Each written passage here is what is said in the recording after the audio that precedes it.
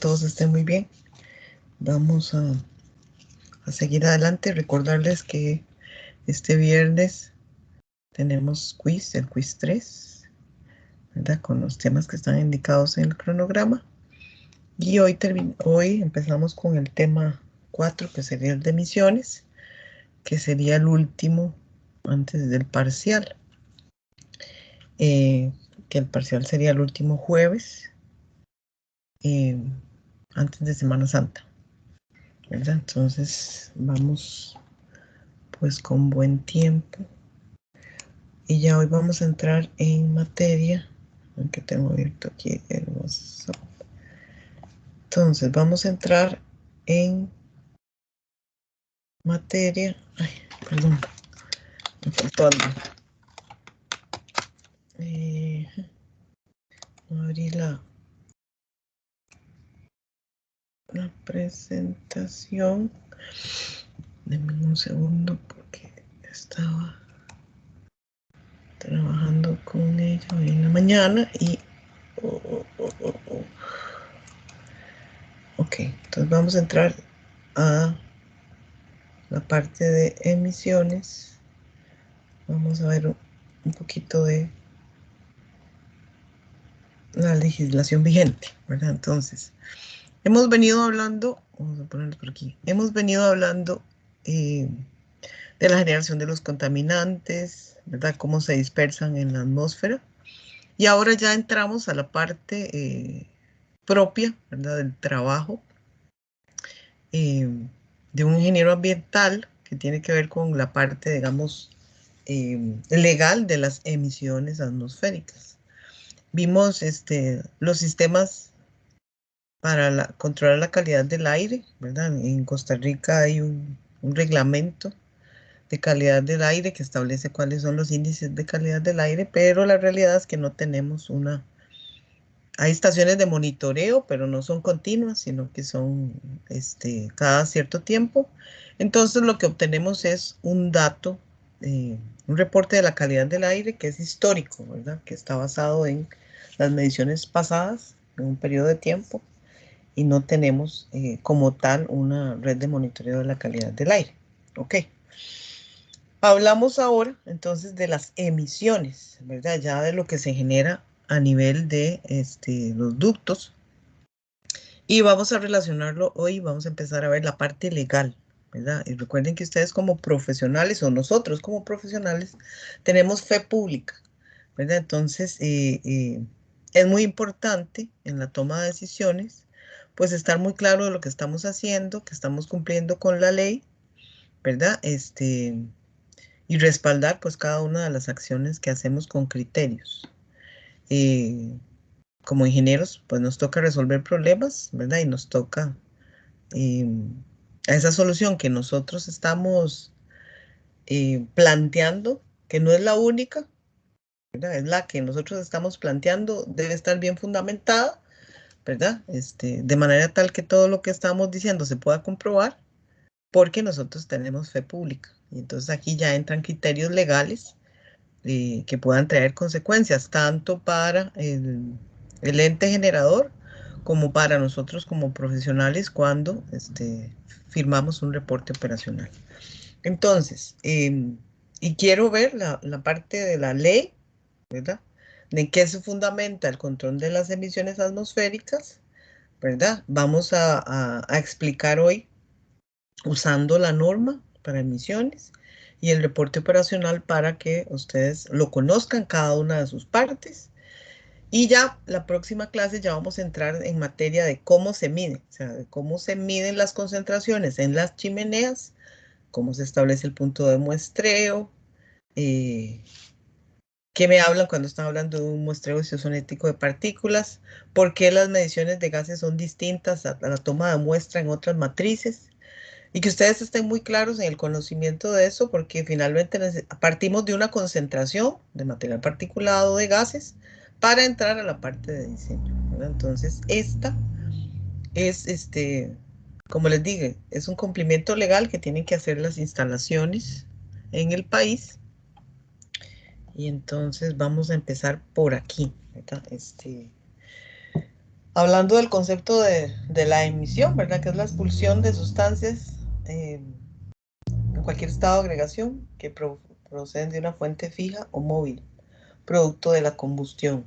Entonces nos vamos a concentrar en las fuentes fijas, que son las instalaciones industriales, ¿verdad?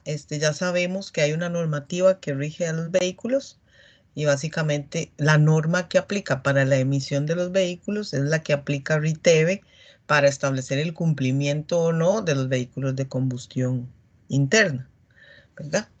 Este, al que todos los vehículos tienen que someterse. Los vehículos después de 4 años se tienen que someter um, a una revisión anual, ¿verdad? Donde se mide con un analizador, se compara con una norma y se da un cumplimiento o no en el caso de los vehículos.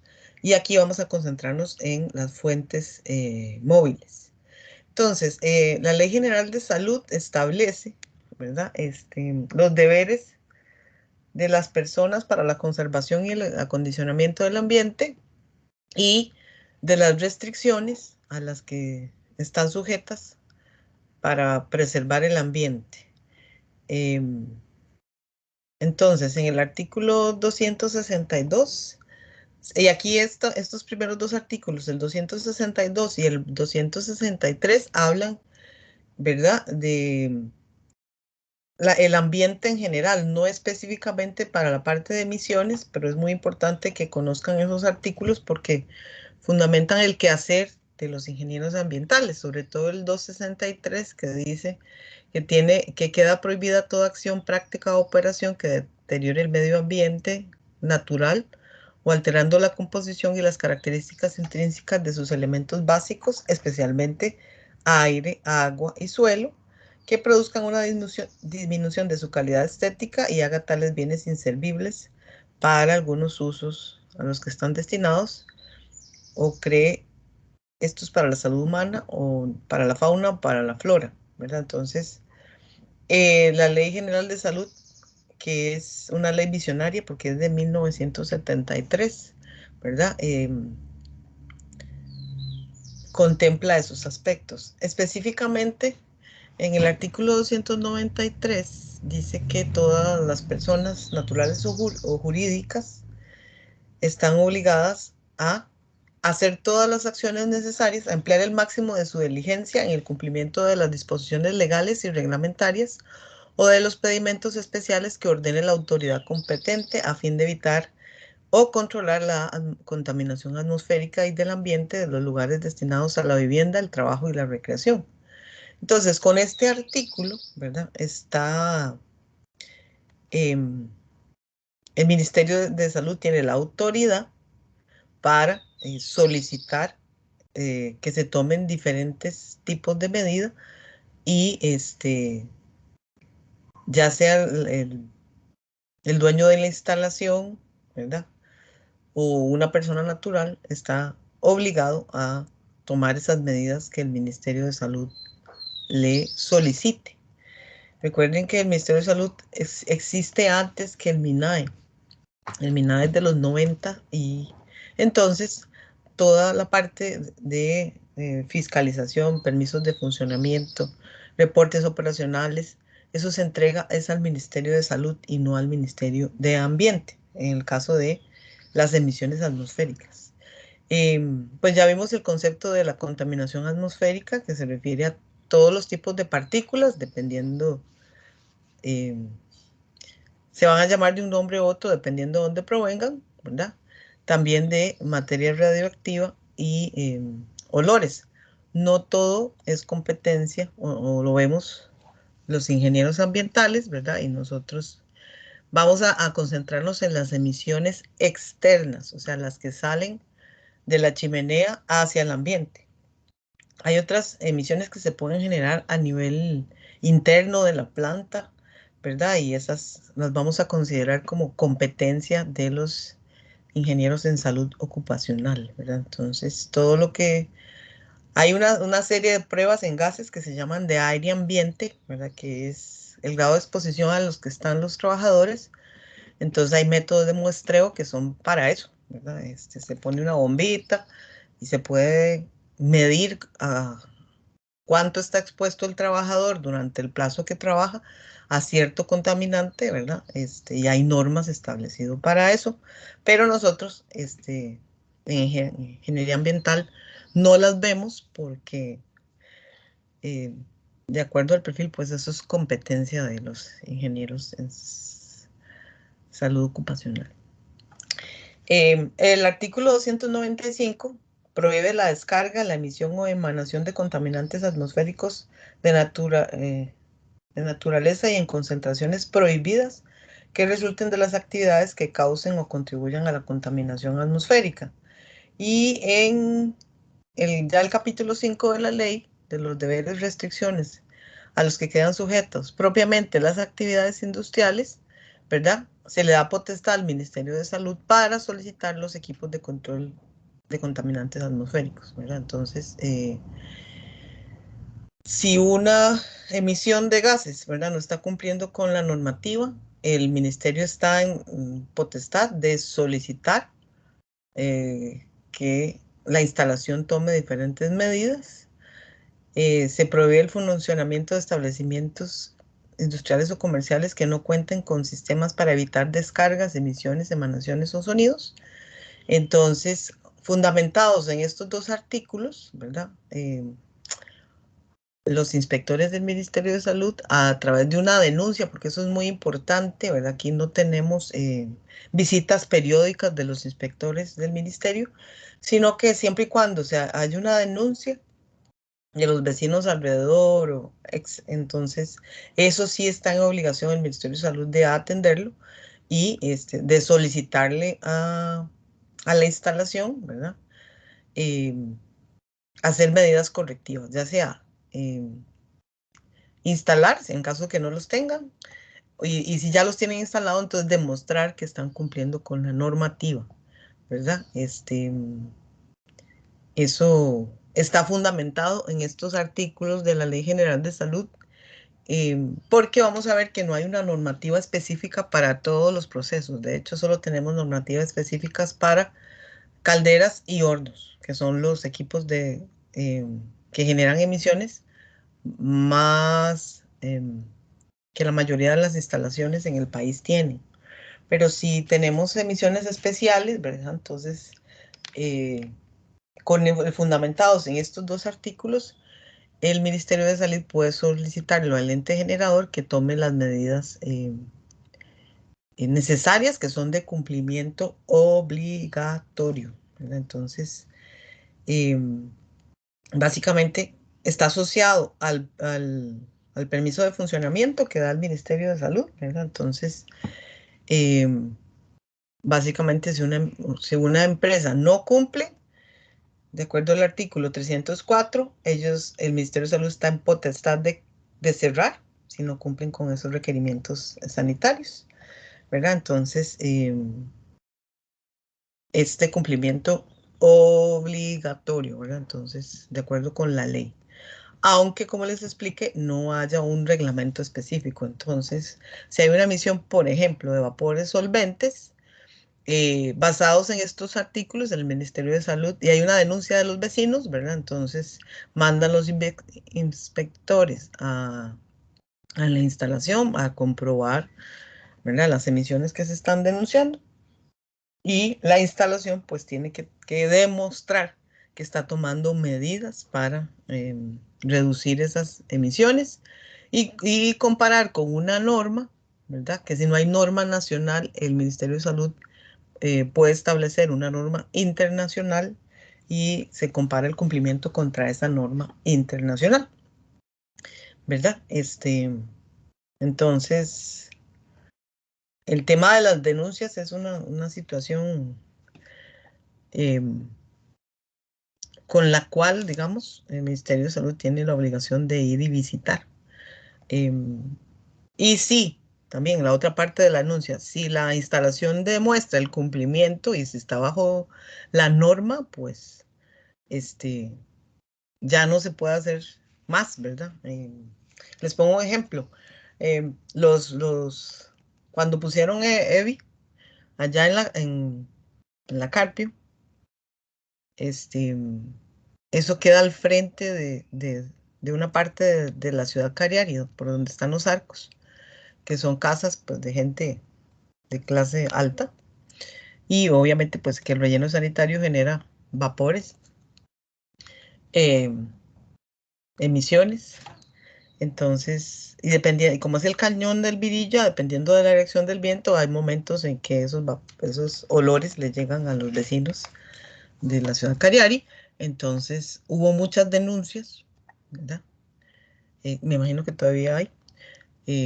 ¿Para qué? Para que Evi tomara las medidas y evitar esa emanación de vapores, ¿verdad? Al principio estaban las celdas abiertas. eh, Ya bueno, la última vez que estuve por ahí ya habían entubado todo y estaban generando con el biogás energía eléctrica, ¿verdad? Pero digamos, están las lagunas de tratamiento como en la parte superior que también pueden generar emisiones. Y como les digo, como está el cañón del Virilla, entonces dependiendo de la época del año y la dirección del viento, sí los vapores que generen, este, pueden llegarles a ellos. Entonces hubo como toda una polémica, ¿verdad? Incluso que se fue a medir hacer un muestreo perimetral de calidad del aire para digamos, comprobar eh, cuál era el nivel de esas emisiones que les llegaban a los vecinos, ¿verdad? Y bueno, se demostró, digamos, el cumplimiento de EBI, pero no, depende de la hora del día y el viento, ¿verdad? Esas emisiones se hacen más fuertes o, o no. Pero digamos que es una realidad con la que tenemos que vivir. Así les puedo contar varios casos, ¿verdad? De diferentes tipos de denuncia. Em, y también de la percepción que tengamos, porque ¿verdad? Vemos en una chimenea un humo blanco y creemos que es bueno, porque lo asociamos blanco con bueno, ¿verdad? Y un humo negro con malo, y entonces generalmente cuando las calderas están en el proceso de arranque, ¿verdad? Bueno, y dependiendo del combustible que usan, generan un humo negro, pero de ahí hay otros lugares donde, por ejemplo, hay una fundición donde generan metales pesados, donde uno ve y el humo es blanco, ¿verdad? Pero no necesariamente blanco es bueno y negro es malo, pero es una percepción. Entonces, importante que aunque no tengamos reglamentados todas las actividades productivas, todos los equipos que generan emisiones, con estos artículos que les estoy mostrando, ¿verdad? Eso fundamenta todo el quehacer que se hace en las industrias para el control de las emisiones atmosféricas, que sobre la parte técnica y la parte económica está la parte legal, ¿verdad?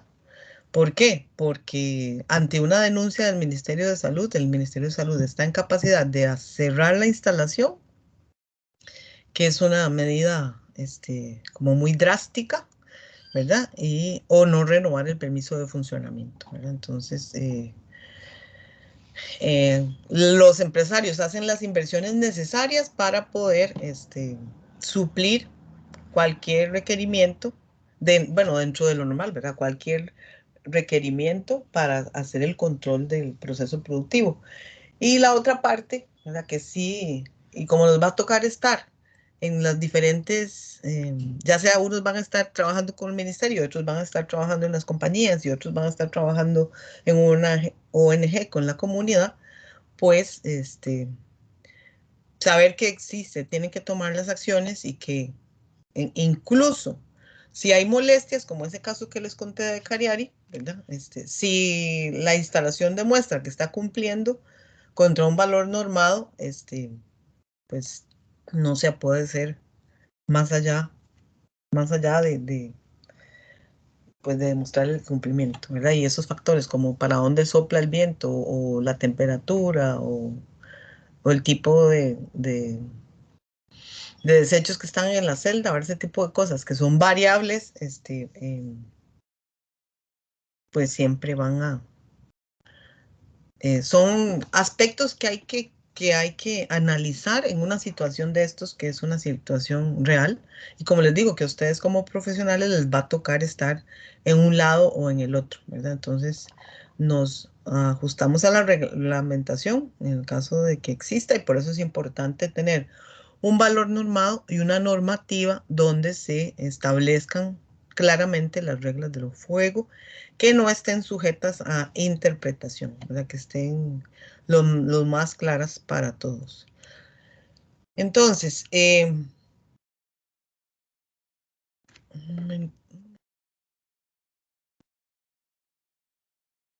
ah, perdón, porque creo que abrí el que no es. Hoy estuve trabajando con esto en la mañana y me parece que... Ok, adivinen qué me pasó.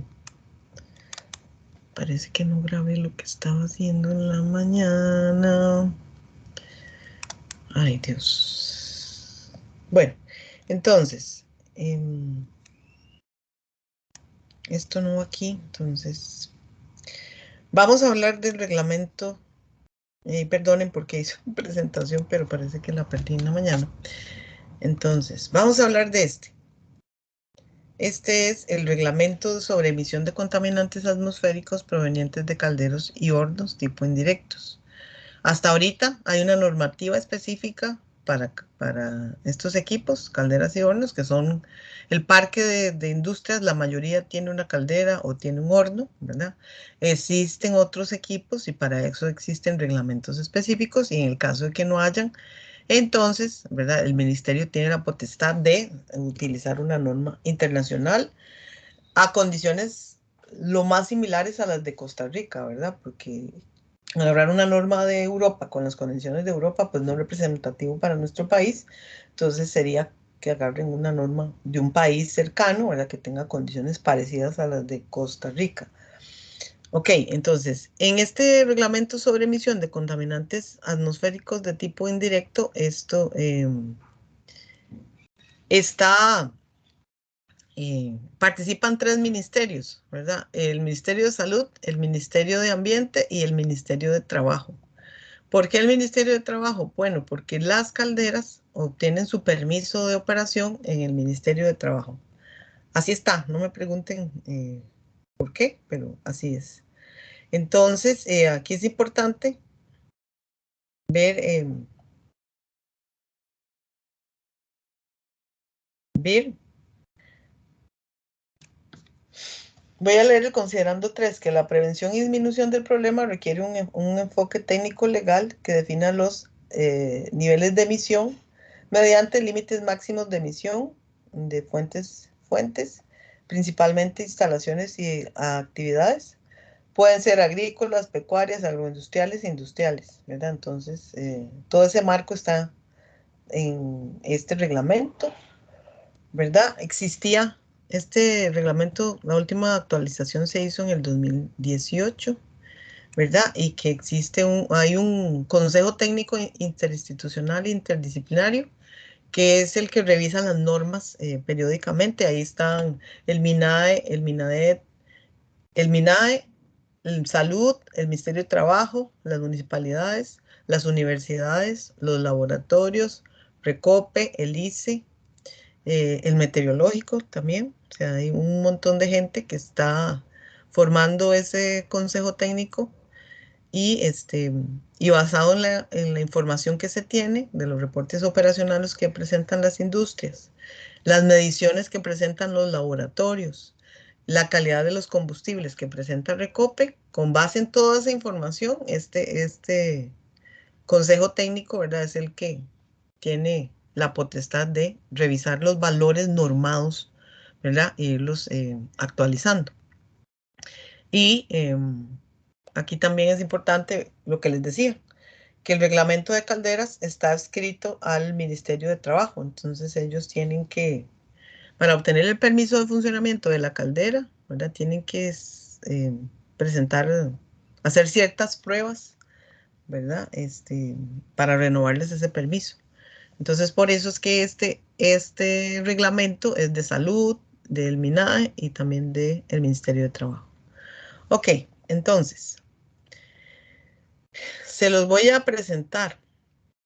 Básicamente aquí se establece los valores máximos de emisión al que deben ajustarse los establecimientos, si tienen caldera o si tienen horno de tipo indirecto.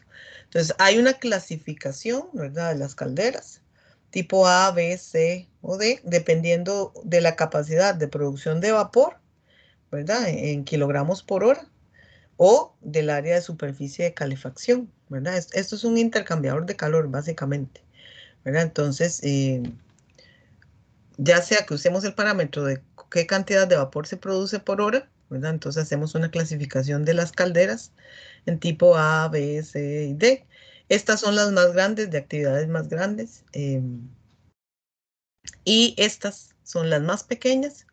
Entonces, antes, en la norma anterior, no estaban incluidas. Sin embargo, tenemos presencia de muchas calderas pequeñitas, ¿verdad? Y el efecto, pues, de muchas fuentes puntuales hace un efecto grande. Entonces, la clasificación de la caldera, ¿verdad?, se hace de acuerdo a la capacidad de producción de vapor o el área de superficie. Las calderas, pues, tienen una plaquita, y en esa plaquita, que es un certificado que les da el Ministerio de Trabajo cada vez que se someten a las pruebas, y ahí, bueno, se puede ver la clasificación. Hay calderas a las cuales no les aplica este reglamento, que son las calderas más pequeñitas, C y D, que utilicen gas LPG, porque, ¿verdad?, no generan este tipo de contaminación. Entonces, esa es la clasificación para las calderas. En el caso de los hornos,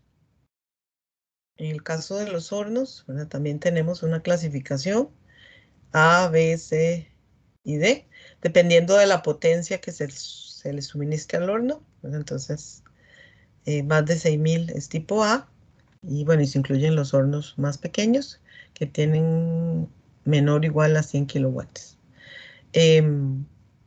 Aquí se excluyen los hornos que usan combustibles biomásicos con una potencia menor a 500 kilowatts. Esas exclusiones es importante tenerlas en cuenta, ¿verdad? Porque todos vamos a ir, tanto las autoridades como los entes que son regulados, vamos a ir a la norma, ¿verdad? Y el mayor conocimiento que tengamos de la normativa, pues nos va a permitir hacer una mejor aplicación de la ley en caso de que tengamos una circunstancia. Y ahí, entonces, es importante las definiciones, ¿verdad? Estas definiciones están establecidas en la norma, y la idea es que todos, cuando hablemos el mismo idioma, ¿verdad? Que si estamos hablando de aire, ¿verdad?, se establece que es una mezcla de gases cuyos componentes naturales son nitrógeno, oxígeno, argón, dióxido de carbono y otros gases inertes, vapor de agua, el cual varía de acuerdo al lugar y sus condiciones, y para efectos prácticos se utilizan los siguientes porcentajes en volumen: 21% de oxígeno y 79% de nitrógeno, e incluye otros gases. Entonces, cuando hablamos del aire, hablamos de una composición 21-79, como lo vimos en operaciones, ¿verdad? Entonces, esa es la definición normada. Y así, pues, está todas las definiciones que aparecen en la norma, para que todos hablemos exactamente el mismo idioma. O sea, y cuando yo diga, por ejemplo, biocombustible, estoy hablando de un combustible que proviene de la biomasa. Si estamos hablando, por ejemplo, de una bitácora, entonces todos entendamos que es un cuaderno foliado en el que que está a la par de los equipos, en el que se anotan los hechos principales relacionados con la instalación, la operación de los equipos regulados por el presente reglamento. En los casos en que se involucren sistemas de vapor, la bitácora deberá ser registrada ante el Departamento de Medicina, Higiene y Seguridad Ocupacional del Ministerio de Trabajo y Seguridad Social, según se establece en reglamento de calderas. Entonces, quiere decir que estas bitácoras tienen que estar registradas, en el caso de las calderas, en este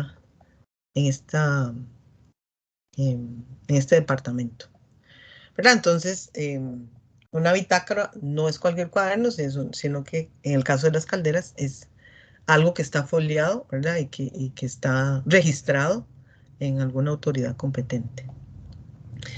Si hablamos de una caldera, ¿verdad? Básicamente, una caldera es un recipiente cerrado para cualquier fin, excepto el cocimiento doméstico de alimentos, en el cual se calienta agua y se genera vapor, ¿verdad? La forma mejor de entender una caldera es ver la olla de presión de la casa, ¿verdad? Donde usted, si en su casa tienen olla de presión, pues básicamente es un recipiente cerrado donde se genera vapor, ¿verdad? Se levanta la presión y se genera vapor y ese vapor se utiliza. Bueno, en el caso de cuando cocinamos en la casa no se utiliza. En el caso de las instalaciones industriales, el vapor es el que se utiliza para calentar o para enfriar, etcétera, ¿verdad? A diferentes puntos de la empresa. Entonces, la mayoría de las actividades productivas tienen caldera. Em, y se trabaja, es un recipiente presurizado en el cual tiene ciertos aditamentos, ¿verdad? Pero básicamente eso es la caldera, ¿verdad? Los supercalentadores, recalentadores, economizadores y otras partes a presión conectadas directamente a la caldera sin intervención de válvulas serán consideradas como parte de la caldera.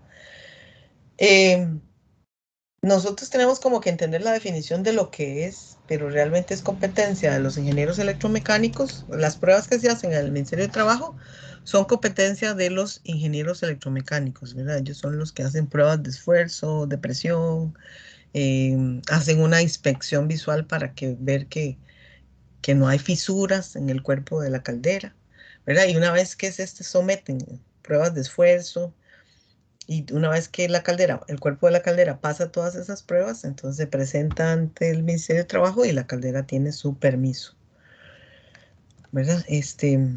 Importante. Condiciones normales de temperatura y presión. Todos los valores normados están en condiciones TPN, ¿verdad? Y debemos entender condiciones de temperatura y presión normal para Costa Rica, 273,15 Kelvin, 0 grados centígrados y 101,3 kilopascales. Estas son las condiciones normales para Costa Rica, ¿verdad? Para emisiones, ¿verdad?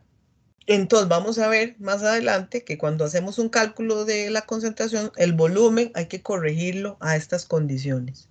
¿Para qué? Para poderlo comparar con la norma, ¿verdad? Entonces, si a usted le entregan un análisis del laboratorio, pues usted tiene que fijarse en ciertos aspectos, ¿verdad? Para que ese valor de la concentración que le están reportando, ¿verdad? Usted lo pueda comparar con la norma. Entonces, cosas que se tiene que aprender de memoria. Y hago este recorrido por todas estas definiciones porque yo voy a seguir hablando de eso y usted siempre eh, y bueno, y lo que compara lo que lee en el RIS o lo que lee en el Theodore, ¿verdad? Y vamos a tener componentes que son comunes em, en cuyos conceptos usted tiene que aprender. Pero cuando estamos trabajando en la calle, ¿verdad? Entonces, pues sí, podemos usar el Teodoro, pero vamos a ir a la norma. O sea, la primera cosa con la que vamos a comparar nuestro reporte operacional, nuestros datos, los cálculos, siempre va a ser con el reglamento, o sea, con la norma. Por eso se las presento, ¿verdad? Y voy haciendo como énfasis. Ustedes la pueden descargar del SINALEVI, el reglamento de emisión de contaminantes atmosféricos. La última versión, porque hay varias versiones. Entonces, y ahí viene la norma y viene con algunos anexos. Entonces, sigo. Condiciones de temperatura y presión normal. Tome nota de eso. Chimenea. Es un conducto que facilita el transporte de los productos de combustión generados en la fuente fija hacia la atmósfera, ¿verdad? Entonces es un ducto, por lo general es vertical, pero podemos encontrar también ductos que son horizontales, como el caso de las muflas en los vehículos. Combustible, compuesto o mezcla de compuestos químicos combinados con oxígeno, que combinados con el oxígeno producen óxidos de carbono en su mayor proporción, liberando energía al proceso. Y combustibles fósiles, y ahí tenemos fósiles sólidos, fósiles líquidos y gaseosos. Entonces, fósiles sólidos, ¿verdad? Son carbón, cuyo contenido de carbono varía entre 10 y 90% en masa, y el coque de petróleo. Entonces, cuando hablamos de combustibles, de estos dos tipos de combustibles, estamos hablando de combustibles fósiles sólidos. Cuando hablamos de combustibles fósiles líquidos o gaseosos, ahí estamos hablando de los derivados del petróleo, el gas natural, y aquí hay nombres: queroseno, el gas LPG, butano, propano, metano, isobutano, propileno, butileno y bueno, cualquier mezcla de hidrocarburos es un combustible fósil líquido, ¿verdad? Eso depende de la temperatura de ebullición de los compuestos, generalmente los gases y los compuestos de cadena corta, ¿verdad? Propano, etano, ¿verdad? Son gases a temperatura ambiente y el resto de los hidrocarburos de butano en adelante son líquidos. Entonces, vamos a ver que la norma establece valores para combustibles fósiles líquidos y gaseosos o para sólidos y también para biomasa. ¿Ok? Vamos a seguir. Bueno, ahí ustedes pueden ir viendo. Yo voy a hacer énfasis en lo más importante. Hablamos de dióxido de azufre como un contaminante primario, ¿verdad? Emisión, que es la expulsión a la atmósfera de sustancias líquidas, sólidas o gaseosas procedentes de fuentes fijas y móviles. ECA, Ente Costarricense de Acreditación. Ente generador, persona física o jurídica pública o privada responsable de la emisión de contaminantes atmosféricos por calderas u hornos, ¿verdad? Entonces, el ente generador es cualquier instalación donde haya un equipo que genere emisiones. EPA, la agente de protección, equipo de control de emisiones, es tecnología existente para alcanzar y reducir las emisiones al aire, considerando aspectos de energía, ambientales y económicos, después de aplicar mejoras en los procesos de producción, al igual que métodos y técnicas y sistemas de reducción de emisiones. O sea, lo que se busca siempre es optimizar el proceso para reducir la cantidad de emisiones y tratar de controlar pues, lo que ya no se puede mejorar desde el proceso, ¿verdad? Siendo más eficiente, ¿verdad? Usando los componentes menos contaminantes, etcétera, pues entonces ya recurrimos a una tecnología de final del tubo que sería un equipo de control de emisiones. Que lo ideal sería pues que en algún momento no sean necesarios, ¿verdad? Cuando se haga el cambio tecnológico, vamos a ver pues cómo va a evolucionar esto. Por ahora, seguimos operando de la misma forma. ¿Qué les digo? Bueno, escala de Ringelmann es un método de opacidad que se utiliza para ver este material particulado. Está incluido aquí en la norma, ¿verdad? Entonces se puede utilizar, pero es preferible medir, ¿verdad? Entonces es como un método alternativo que usan los técnicos. Lo que pasa es que es subjetivo. Entonces, eh, básicamente es como un disco que tiene diferentes coloraciones. Entonces uno ve el humo, pone la escala, esa escala con diferentes coloraciones contra el humo que uno está viendo y determina más o menos cuál es la concentración. Pero eso es relativamente, eso es subjetivo completamente, ¿verdad? Entonces, está aquí, lo menciono, ¿verdad? Porque más adelante van a hablar de él, pero de hecho, digamos, esos visores para hacer la comparación son los que únicamente se pueden usar los que están autorizados por el ministerio, pero es totalmente subjetivo y se presta para usos. Bueno, fuentes fijas, establecimiento, bueno, fuentes fijas, ya lo dijimos, ¿verdad? Que es la emisión en actividades en un punto determinado, hornos. Un horno es un recipiente a baja presión atmosférica en el cual el calor se libera eh, y se transmite de forma directa o indirecta al aire circulante o algún medio que no está bajo presión. La diferencia entre una caldera y un horno es que la caldera está a presión y el horno no. Y básicamente se quema un combustible. La caldera genera vapor, ¿verdad? Y ese vapor se destina para diferentes actividades dentro de la actividad.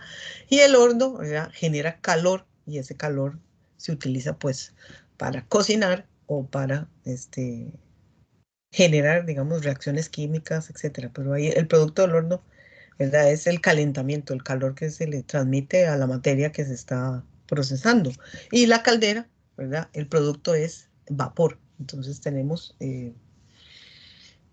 bueno, diferentes tipos de caldera, pero para que ustedes, digamos, como entiendan el concepto, la diferencia entre una caldera y un horno, ¿verdad? Entonces, en un horno cementero, por ejemplo, ¿verdad? O en el horno de su casa, donde ustedes hacen pan o lo que sea, ¿verdad? Pues básicamente hay en el horno de la casa hay una resistencia, ¿verdad? Y ahí en la cámara del horno se pone lo que se vaya a cocinar, ¿verdad? Y el calor, pues, cocina lo que está. Si hago la relación con un horno cementero, en un horno cementero, que es un horno grande, ¿verdad? Que es tubular y está girando, la llama está de un lado, ¿verdad? Genera una alta temperatura dentro de la cámara del horno y pues todos los minerales que se utilizan para la producción del cemento se mezclan, ¿verdad? Y con el calor reaccionan generando el clínker, y que es, digamos, la materia prima para generar el cemento, como lo conocemos, ¿verdad? Después esas rocas de clínker se muelen, por ejemplo, y luego se mezclan con otros aditivos para generar cemento y todos sus derivados. Pero entonces, hablando del horno, el horno es un recipiente, ¿verdad? A presión atmosférica, en la cual lo que me interesa a mí es el calor. En cambio, en la chimenea, ¿verdad? Es un recipiente a presión que ¿verdad? Tengo voy a generar vapor, y ese vapor que está caliente lo voy a llevar a diferentes partes del proceso para hacer intercambio calórico, ¿verdad? Algunas partes para calentar, en otras para enfriar. Ok, un horno de tipo indirecto. En el material no está en contacto directo con los productos de la combustión, ¿verdad? Entonces, hay de contacto directo y indirectos. Bueno, ¿qué más vamos a hablar? Ok, laboratorio, ¿verdad? Que realiza pruebas para determinar los niveles de emisiones atmosféricas generadas por las calderas y hornos, que cuenta con permiso sanitario vigente por el Ministerio de Salud. O sea, los laboratorios tienen que ser autorizados por el Ministerio de Salud. Hablamos de monitoreo cuando tenemos un muestreo sistemático que se realiza ya sea por equipos automáticos, manuales o ambos. Hablo de muestreo cuando tomo muestras, ¿verdad? Y datos que sean representativos de las emisiones atmosféricas. Y hablo de muestreo isocinético cuando para capturar partículas, ya vamos a ver qué es, pero vean que la definición del muestreo isocinético está aquí, y si leen el capítulo 4 de RIS, van a ver la parte teórica de todo esto que aquí ya está aplicado. Y digamos, y después de varios años de dar el curso, pues me parece que lo más importante es que esto es de aplicación, entonces que lo relacionemos con la norma para que todo lo que vamos a ver después vean que tiene una aplicación real en la calle, ¿verdad? Y que ustedes es un conocimiento que necesitan, como para hablar lo mínimo de emisiones cuando salgan a, a ejercer su profesión. Ok, entonces, muestreo isocinético, básicamente succionar a presión, es básicamente succionar a velocidad constante, ¿verdad? En una forma resumida de decir que es un muestreo isocinético. Vean, norma de emisión, valor que indica la descarga máxima permitida del contaminante por metro cúbico ATPN, temperatura y presión normal, ¿verdad? Entonces está expresada, aquí la norma lo establece y en qué condiciones, ¿verdad? Entonces todos los valores que están reportados en esta norma están en miligramos por metro cúbico a temperatura y presión normal. Bueno, y ahí ustedes, yo creo que hablé de los más importantes. Y cuando yo hable, usted puede venir aquí y si no entiende algo, ¿verdad? Entonces, esto uno, pues con el uso, uno se lo aprende. Obviamente que yo espero que maneje ciertos términos, ¿verdad? Y sobre todo lo pongo aquí al frente para que busque las definiciones. Ahora en adelante lo que yo hable, ¿verdad? Está referido a una norma. Y lo que yo espero sobre todo no es que se lo aprenda de memoria, sino que usted tenga una referencia donde pueda regresar cada vez que estamos hablando de un problema, etcétera, ¿verdad? Que tenga una referencia a dónde regresar. Entonces, bueno, tenemos óxidos de nitrógeno. Número de registro es el número de registro de la caldera, ¿verdad? Que hay que anotarlo cuando se hacen los análisis de laboratorio, que en la próxima clase les voy a enseñar uno real para que lo vean con todos los datos que se tienen que recopilar, ¿verdad? Que ustedes tienen que chequear, porque saber que toda esa información se tiene que recolectar en un informe para poder ustedes probablemente analizar la información que viene en el informe y saber si está bien o no está bien lo que les están presentando. Y llegamos al punto aquí. Óxidos de nitrógeno, partículas, partículas totales, reporte operacional de emisiones, que ese es mi punto de partida hacia el otro documento que les quiero mostrar. Entonces, reporte operacional de emisiones es un documento que presenta el ente generador al Ministerio de Salud que contiene información relacionada con aspectos técnicos de operación y de los niveles de emisión de calderas y hornos de tipo indirecto con el fin de evaluar su desempeño. Este reporte operacional de emisiones trae toda una cantidad de información que los entes tienen que presentar ante el Ministerio de Salud. Depende del tamaño de la caldera o el horno, ¿verdad? Si es A o B, tienen que presentar un reporte operacional cada 6 meses, ¿verdad? Y si es C o D, un reporte operacional al año, ¿verdad? Donde demuestren el cumplimiento de esas emisiones que están saliendo por la chimenea. Se comparan con estos valores máximos de emisión, que es el límite máximo admisible de descarga de un contaminante a la atmósfera. Ok, entonces ya voy a regresar a este reporte operacional de emisiones. Pasé todo. Ok, vean una cosa, símbolos.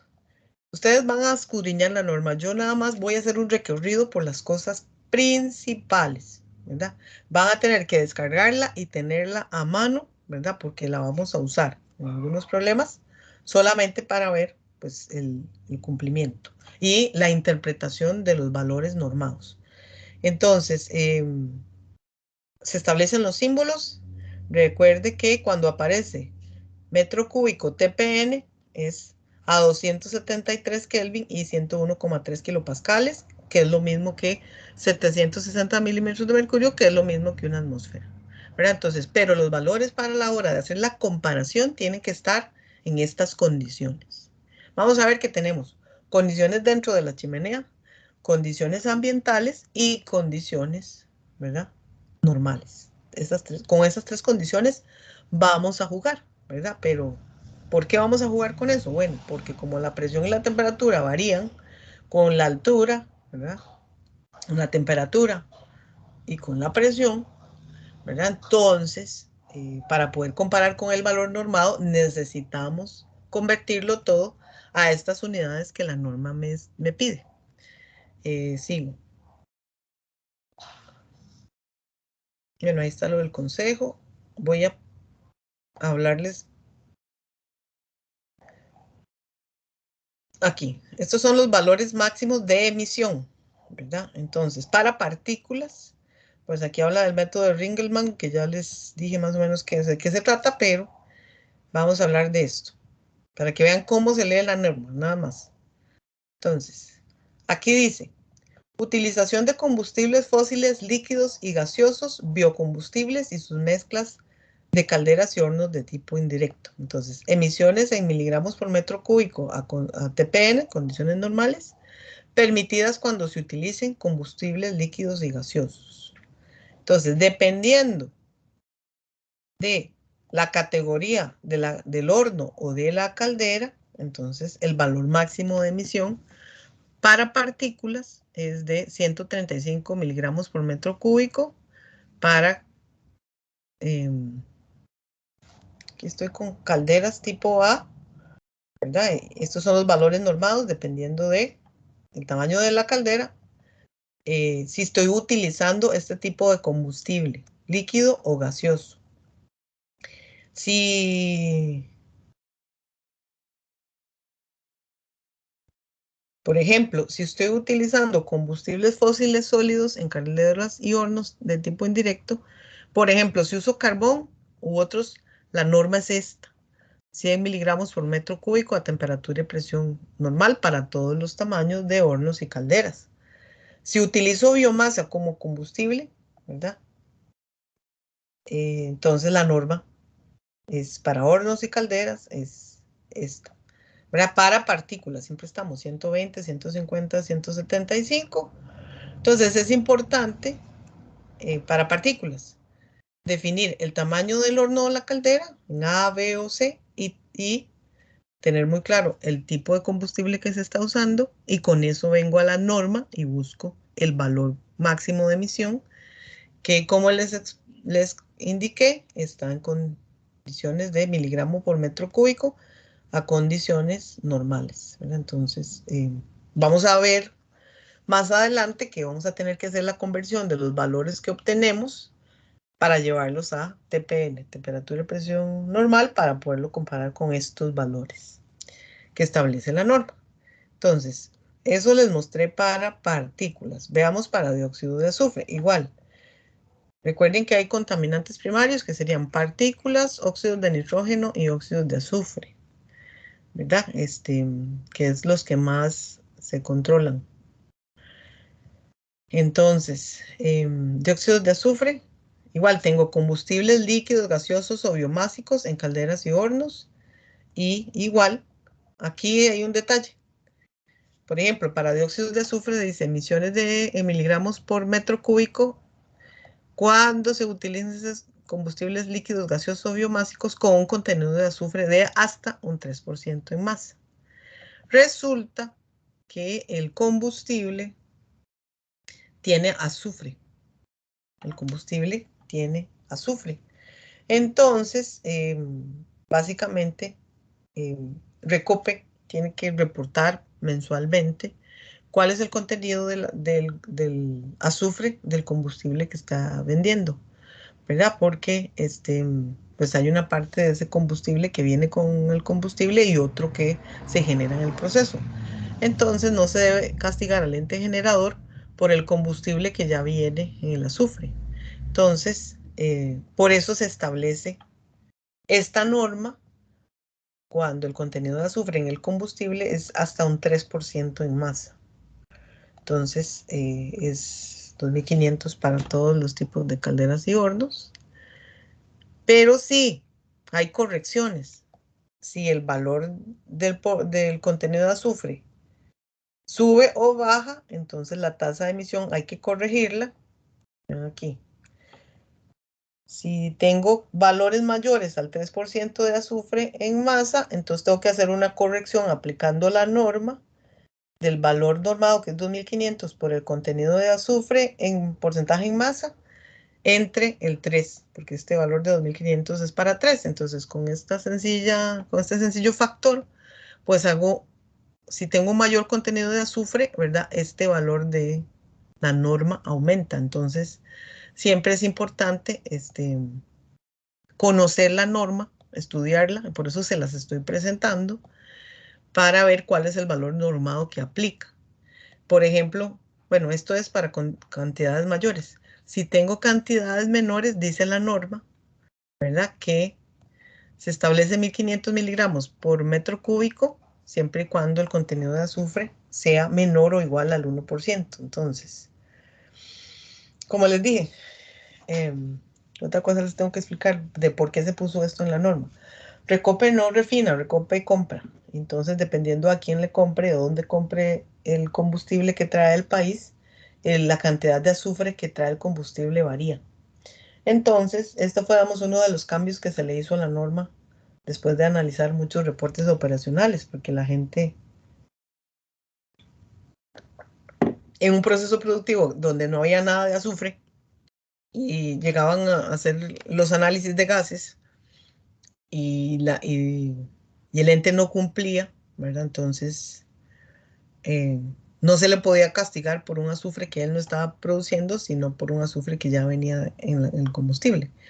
Bueno, entonces hubo muchas discusiones y al final se optó por este sistema, ¿verdad? De que la norma, el valor de la norma varíe dependiendo del contenido de azufre, con el compromiso de recope, que aquí en los artículos anteriores está la obligación de recope de reportar el contenido de azufre que tiene el combustible. Entonces, en la página de recope ustedes pueden entrar y ver ahí las características del combustible y cuál es el contenido de azufre que tiene, ¿verdad? No sé si eso se entendió.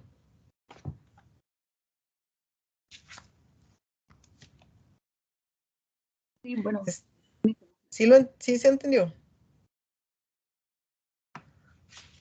Bueno, después cuando hagamos ejercicios lo vamos a retomar, pero es importante que entiendan ahorita que cuando usan la norma, básicamente lo que quiero es que cuando usen la norma van a tener que buscar el valor normado dependiendo de el combustible que estén usando, el tamaño de la caldera o el horno, ¿verdad? Y el contenido de azufre en el combustible que estén utilizando. Y con esos parámetros van a entrar al reglamento y buscar el valor normado con el cual van a comparar lo que tengamos. Eso es importante. Entonces, por ejemplo, tengo combustibles sólidos en calderas. Y cuando estamos hablando de carbón, entonces aquí están los valores. Y así para óxidos de nitrógeno, etc. Ok. Entonces, en el caso de los óxidos de nitrógeno, igual tengo para combustibles líquidos, gaseosos o biomásicos, dependiendo de el tamaño de la caldera o el horno y dependiendo del combustible que estemos usando, ¿verdad? Si estamos usando búnker o si estamos usando diésel o gas LP, ¿verdad? Entonces, dependiendo de eso, si tengo un horno que usa combustible básico, entonces tengo que buscar con el tamaño de la caldera o el horno cuál es el valor normal. Ese, digamos, es el uso que vamos a usar, que vamos a darle, perdón, a la norma. Entonces la tienen que descargar. Luego vienen las fórmulas para transformar a base seca, ¿verdad? Porque estos valores normados están en base seca. Yo les voy a explicar por qué y vean que también con un porcentaje de oxígeno. Si se acuerdan cuando vimos en operaciones unitarias, vimos que muchos de los procesos de combustión trabajan con un exceso de oxígeno para mejorar la combustión del combustible, valga la redundancia. Bueno, resulta que si uno le pone mucho combustible, uno puede diluir los contaminantes. Entonces, para evitar eso, también la norma establece valores, cómo se deben reportar los valores. Entonces, aquí hago énfasis a esto que dice: para efectos de comparación con los valores máximos de emisión establecidos, los resultados de las emisiones muestreadas y analizadas de dióxido de azufre, óxidos de nitrógeno y partículas totales en suspensión deberán reportarse en base seca, ¿verdad? Eliminando el agua, y estar referidos a un 5% de oxígeno para calderas, un 7% de oxígeno para hornos de tipo indirecto y un 10% para hornos que empleen combustibles biomásicos. Entonces, los valores que se reporten tienen que estar corregidos por las unidades, como ya les expliqué, y también por el contenido de oxígeno. Entonces, y vamos a hacer entonces correcciones de ese porcentaje de oxígeno, como lo medimos en una chimenea, y cómo lo tenemos que reportar en un reporte operacional siguiendo la norma que dice 5% para calderas, 7% para hornos de tipo indirecto y 10% para hornos que usen biomasa.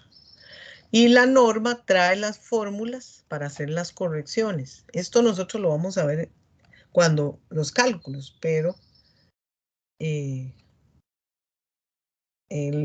correcciones por el oxígeno de referencia, correcciones por la base húmeda,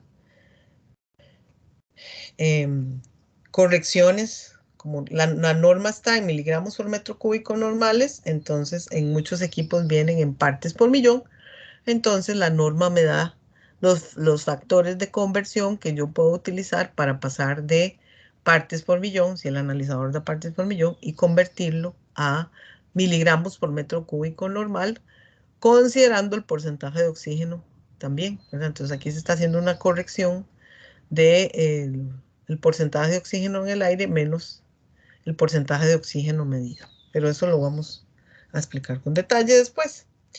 Y creo que eso sería. Vamos a ver.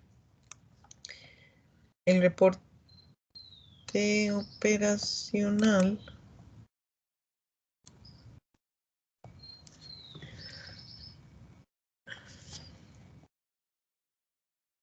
Hay otros. Opa. Ok, entonces vean.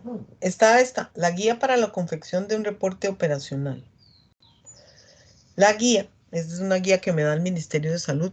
De hecho, si bajan el reglamento de emisiones, el que está completo, la última versión, vienen estos anexos al final de la norma, ¿verdad? Este es, como les dije, el reporte operacional lo tienen que presentar los entes generadores dependiendo del tamaño de la caldera o el horno. Si tienen calderas tipo A o tipo calderas u hornos tipo A y tipo B, 2 reportes operacionales al año, cada 6 meses. Y si tienen calderas C y D, que son las más pequeñitas, un reporte operacional al año, ¿verdad? Entonces, existe toda una guía, igual, que es pública, que usted entra a la página del ministerio y la puede descargar, ¿verdad? Donde es un paso a paso de toda la información que tiene que tener el reporte operacional. Entonces, y básicamente vean que está fundamentada en los artículos 262, 263, 293 y 295. Y aquí vienen como todos los requisitos que tiene que tener el reporte operacional, ¿verdad? El ente generador, que es la persona física o jurídica responsable de la emisión, el código SIU, que es un código internacional industrial unificado, que me permite clasificar la actividad que yo tenga, ¿verdad? Bajo ese código. El número de permiso sanitario de funcionamiento, que tiene que estar vigente, entonces hay que anotar, buscar el permiso de funcionamiento y ver que todo esté en orden. Bueno, toda la información de localizar. Y vean que aquí dice la fecha en que el laboratorio efectuó el muestreo. Los reportes, quiero que busquen ustedes en la norma para la próxima clase, ¿cuánta vigencia tiene el reporte que da el laboratorio? ¿Cuánta vigencia tiene el reporte que da el laboratorio? Lo buscan en la norma. La fecha del reporte operacional, ¿verdad? El plazo. Vamos a ver. Aquí está. Dice, el reporte del laboratorio no debe de tener más de 3 meses de haber sido emitido, ¿verdad? Entonces, cuando yo entrego el reporte operacional, entonces, pues para ciertas épocas del año, los laboratorios de emisiones tienen muchísimo trabajo, ¿verdad? Porque se acerca la fecha de entrega del reporte operacional. Y se deben establecer, ¿verdad? El periodo reportado, las calderas y los hornos tipo A y B, 2 reportes al año, distribuidos uno durante cada semestre. Entonces, y las calderas tipo C y D, un reporte anual entre enero y noviembre, ¿verdad? Entonces, por eso les digo que en esas épocas del año hay muchísimo trabajo, eh, porque de todas las empresas tienen que medir. Igual, para la gente que tiene actividades que son estacionales, por ejemplo, un ingenio trabaja solo ciertos meses al año mientras está la zafra. Entonces, a esos entes generadores que tienen equipos regulados en periodos iguales o menores a 6 meses al año, tienen que reportar un reporte en un plazo no mayor a 30 días a partir del inicio de su operación anual. Entonces, por ejemplo, un ingenio que trabaja 4 meses al año, ¿verdad? Trabajan 24/7 cuando están en el periodo de la zafra, ¿verdad? Entonces ellos tienen que presentar el reporte operacional un mes después de que están en el proceso de producción, ¿verdad? Entonces, estos son los plazos y recuerden que el reporte de laboratorio no debe tener más de 3 meses de emitido, ¿verdad? De acuerdo al artículo 20 del reglamento. No contaba con que estaba aquí. ¿Qué datos hay que poner en el reporte operacional? La caldera, el tipo de horno, el tipo de combustible, ya vimos por qué. El consumo, ¿verdad? Un registro en la bitácora, ¿verdad? Las calderas y los hornos deben tener una bitácora y tienen que tener un registro de cuánto es el consumo diario de combustible en las unidades correspondientes, el horario de operación. Hay que anotar, y vamos a ver por qué, el diámetro de la chimenea, porque el diámetro de la chimenea me va a permitir establecer el número de puntos de muestreo que se ocupan para sacar un muestreo de gases que sea representativo. Entonces, en el reporte operacional me piden del diámetro de la chimenea, la altura total de la chimenea, que es desde el nivel del suelo hasta el punto más alto de la chimenea, ¿verdad? Desde el nivel del suelo hasta el punto de descarga, ¿verdad? Entonces, si sale por un techo, la chimenea, hay que tomar la medida desde el nivel del suelo hasta el punto más alto de la chimenea. Estos dos datos los vamos a necesitar para determinar que el punto de muestreo está bien colocado. Bueno, los resultados de análisis de la caldera tienen que estar, si son para calderas, a un 5% y un 7% en el caso de los hornos. Me vuelven a dar las mismas fórmulas que aparecen en la norma, ¿verdad? Esta es una corrección para calcular en base seca, ¿verdad? Porque tienen que ir secos.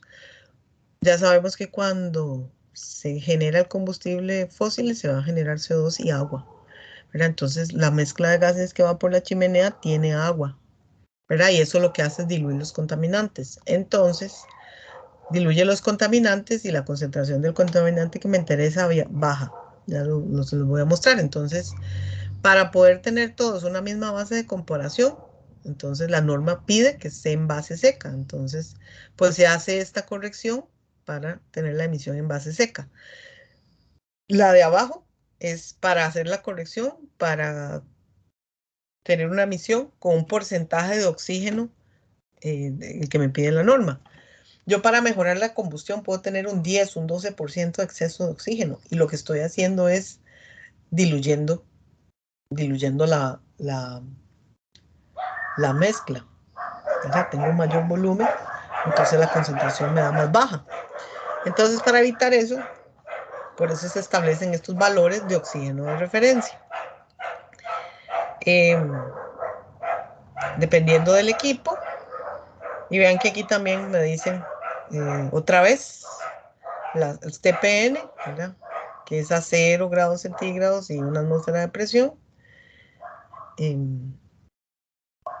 Las distancias A y B, ya les vamos a explicar por qué. Resultados analíticos de azufre y nitrógeno. Registro de accidentes y situaciones anómalas. Tengo que tener una bitácora y en la bitácora anotar todas las situaciones que se den, ¿verdad? O todos los tratamientos que se le puedan dar al combustible. Por ejemplo, si tengo búnker, tengo que precalentarlo, ¿verdad? Porque el búnker es muy viscoso, entonces tiende a no fluir cuando está frío. Entonces es necesario, cuando manejo búnker, que las tuberías estén precalentadas. Bueno, todo ese tipo de situaciones que tengan mi proceso, yo las tengo que registrar en este registro de accidentes y situaciones anómalas. Si tengo algún equipo de control de gases, ¿verdad? Para monitoreo continuo, porque me interesa monitorear algo en especial, pues también ahí tiene que aparecer. En una evaluación del estado actual del sistema, calderas, hornos y equipos de control de emisiones, ¿verdad? Y aquí como viene detalladamente toda la información que debo colocar. Reporte de acciones correctivas. Si obviamente hay un incumplimiento, usted no cumple un valor, bueno, la instalación, usted no. La instalación no cumple un valor normado, bueno, en el reporte operacional yo tengo que plantear qué voy a hacer, una acción correctiva para ver que mis valores de emisión cumplan. Entonces yo tengo que establecer un plan donde tengo que poner qué actividades van a realizar, en qué fecha de inicio y qué fecha de finalización, quién va a ser el responsable de esa actividad, ¿verdad? Y ahí es donde ustedes firman, ¿verdad? Y vemos este reporte operacional porque nombre del responsable de la actividad por parte del ente generador. Entonces, si les toca generar un reporte de emisiones, un reporte operacional, ¿verdad? Ustedes tienen responsabilidad legal sobre ese reporte. Entonces, pues todo lo que pongan ahí tiene que ser comprobable.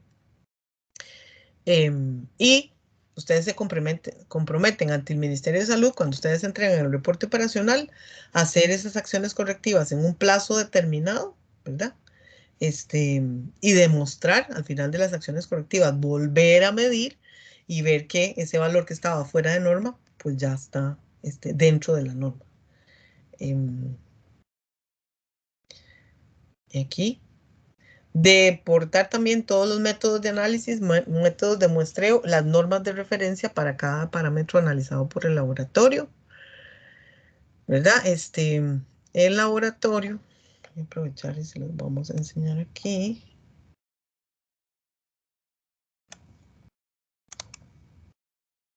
Aquí tengo un informe viejo del laboratorio, ¿verdad? De emisiones al aire, esto es del 2018. Vete toda la información, muestreo de emisiones de gases del horno en operación compuesta a través de la chimenea realizado por ese laboratorio en las instalaciones ubicadas en tal parte, ¿verdad? Vea que se dice, el horno en operación compuesta, con qué tipo de combustible, que es coque, el flujo de combustible, 8.352 kilogramos por hora. Ellos usan combustible alterno, entonces este es sólido, ¿cuál es el flujo? Combustible alterno líquido, no hay, ¿verdad? Este análisis era para quemar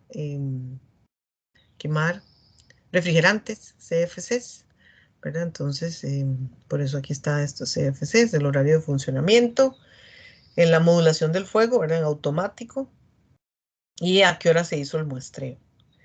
En este reporte se colocan los datos de la chimenea, el diámetro de la chimenea, la longitud de la chimenea, la altura de los puertos de muestreo, cuántos puertos de muestreo, cuántos puntos de muestreo se hicieron, ¿verdad? La temperatura ambiente, la presión barométrica, y aquí están los valores. Resultados analíticos del muestreo. Entonces aquí tengo, ¿verdad? Se midió HCl, HF, NH3 y se reportan contra la norma para ver si hay cumplimiento o no. Los ensayos tienen que estar acreditados, ¿verdad? O por lo menos ponerse de acuerdo con el laboratorio para, para ver cuál norma se va a usar. Entonces, el ente costarricense de acreditación, que lo vieron mencionado por aquí, ¿verdad? Es el que a los laboratorios que están acreditados, pues les permite usar el sello del ECA, ¿verdad? Para decir que esta prueba que se realizó está acreditada, quiere decir que cumple todos los parámetros de la norma 17025, ¿verdad? Para análisis de gases y que entonces esta prueba está acreditada. Eso es súper importante. Entonces se reportan los valores, ¿verdad? En base seca, con un oxígeno de referencia. Vean que en este caso estamos usando 10% de oxígeno de referencia, ¿verdad? Y se compara con los valores, digamos, normados. Se indica si el ensayo está acreditado o no, cuáles son los procedimientos, ¿verdad? Y cuáles son los métodos de referencia. En este caso, los métodos de referencia que vemos aquí son métodos de la EPA, ¿verdad? Y vean que se indica también que los resultados están a base seca a las temperaturas, temperatura de 298, 101,3 y oxígeno de referencia de un 7%. Entonces, toda la información tiene que aparecer en el reporte. Ese es el reporte de laboratorio. Y lo que vamos a ver a continuación, ¿verdad? Está relacionado con cosas que usted va a utilizar en el caso que le toca analizar un reporte de laboratorio, ¿verdad? Entonces, ¿para qué? Para los reportes operacionales de emisiones. Creo que eso sería. No sé si tienen preguntas entonces. Yo voy a, estamos, subirles a ustedes, bueno, sí, ya lo dije, ya ahora lo voy a hacer. Voy a subirles a ustedes la norma y ese reporte, la guía para construir el reporte operacional. La próxima clase, espero que lo revisen, ¿verdad? Si tienen algunas dudas, lo vemos la próxima clase. Ya vamos a entrar en el detalle, ¿verdad? De lo que es el análisis de gases, empezando por el punto de muestreo.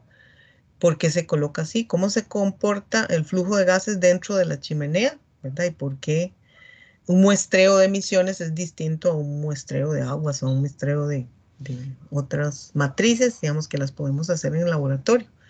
Cuando nosotros hacemos análisis de gases, lo que le tomamos es una foto al sistema en un momento dado. Y entonces es importante tomar, o sea, todas las condiciones, como vieron como vieron aquí, en este reporte de laboratorio real, tengo que tomar toda la información en el instante en que yo estoy haciendo el muestreo. ¿Por qué? Porque yo mido directamente en la chimenea. Entonces yo succiono y estoy tomándole una foto al sistema en un instante dado, ¿verdad? Este muestreo tiene que ser representativo. Entonces vamos a ver todas las condiciones que tienen que cumplirse, ¿verdad? Para que ese muestreo sea representativo. Para que la toma de la muestra sea correcta, ¿verdad? Qué datos debo tomar y qué correcciones debo hacer, ¿verdad? Para poder compararlo con el valor normado y utilizarlo para un reporte operacional. ¿Alguna pregunta?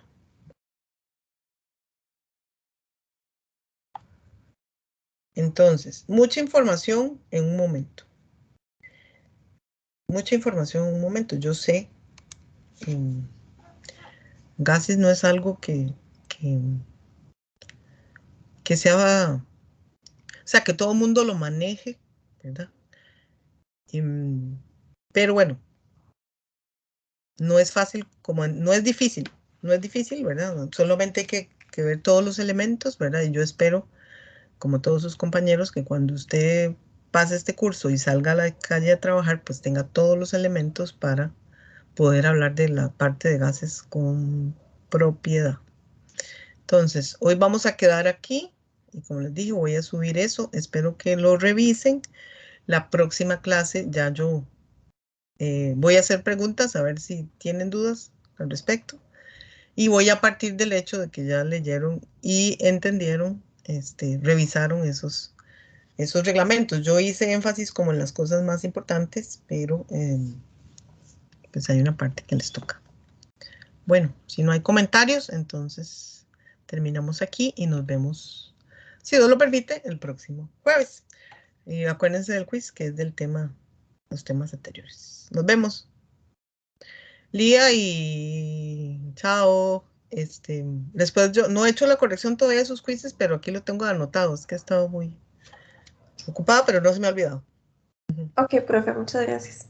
Gracias, Bueno. profe. Pues, Hasta luego. Bueno, que pasen una buena tarde. Hasta luego, profe. Gracias, profe. Chao.